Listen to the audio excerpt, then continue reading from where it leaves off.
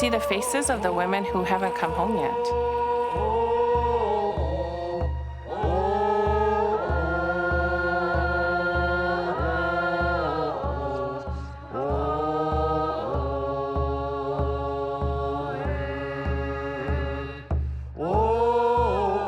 Looking at, the impact of violence in our communities and the high rates of sexual violence, domestic violence, the high rates of trafficking, and the intersections with poverty and racism, and homelessness and all of the things that make this issue, more challenging to address. This is not just an Alaska Native and American Indian issue. This is a people issue. There isn't just one story.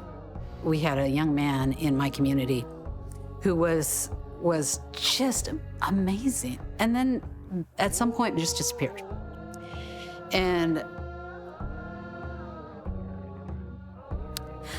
they found him a year later in the flats.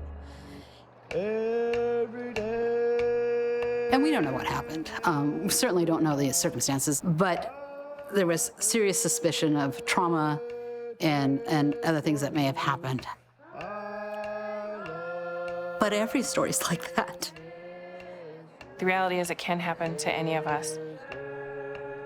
These are important members of our community. These are our relatives, our mothers, our grandmas, our sisters, our aunties. This is not about something that the victim did. This is not about poor lifestyle choices. This is about a decision that the perpetrator made to cause harm to another individual. How do we heal? Healing comes when we have culturally specific tribal strategies to address healing. Bringing families into a place where they're back to healing and communities into a place where they're back to healing.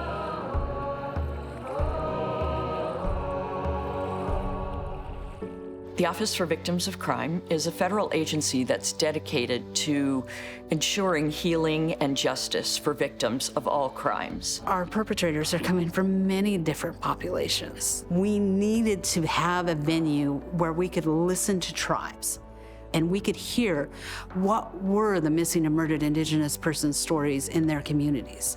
We have an obligation to work as hard as we can to make sure that the voices of tribal communities are heard and that we continue to listen. The tribes came with incredible, heart-wrenching stories, but they also came with solutions and needs. We need more coordination with law enforcement. On reservations, our jurisdiction is very complicated. There are 229 tribes in the state of Alaska, and they cover an area of over 600,000 acres, which literally equates to about 20% of the continental U.S. Most of them are only reachable by plane or by boat. We have 80 communities that are just listed as having no law enforcement whatsoever. We're waiting hours, sometimes days, for somebody to show up.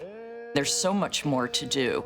When a loved one is murdered or missing, it doesn't just impact the loved ones of that victim. It impacts entire communities. This trauma just doesn't go away. When something happens, we're gonna respond and we're going to report it. And we're gonna stand up and say it's not okay. And now in Minnesota, a huge win is that we have the first ever Missing and Murdered Indigenous Relatives Office in our state government. It's permanent funding. It will not go away. People are talking to each other. People are discussing these issues. They are solving problems with each other. We have heard from Indigenous women that they want services by Native women and for Native women. They need to know that they can come to us and that we are a safe space for them.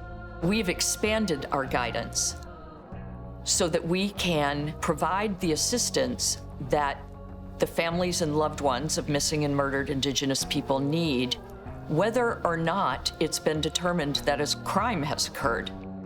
It gives me hope to see our state, tribal, federal people that are responding to this issue. What gives me hope is that I know that change is possible. This job has been all about hope. The relationships that we've developed, the ability to have these conversations has been so important.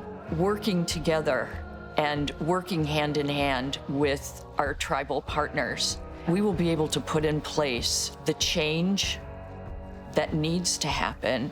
We have an incredible group of people coming up behind us who are going to keep pushing this. And it really comes down to resilience. Our tribal people were incredibly resilient. That always gives me hope.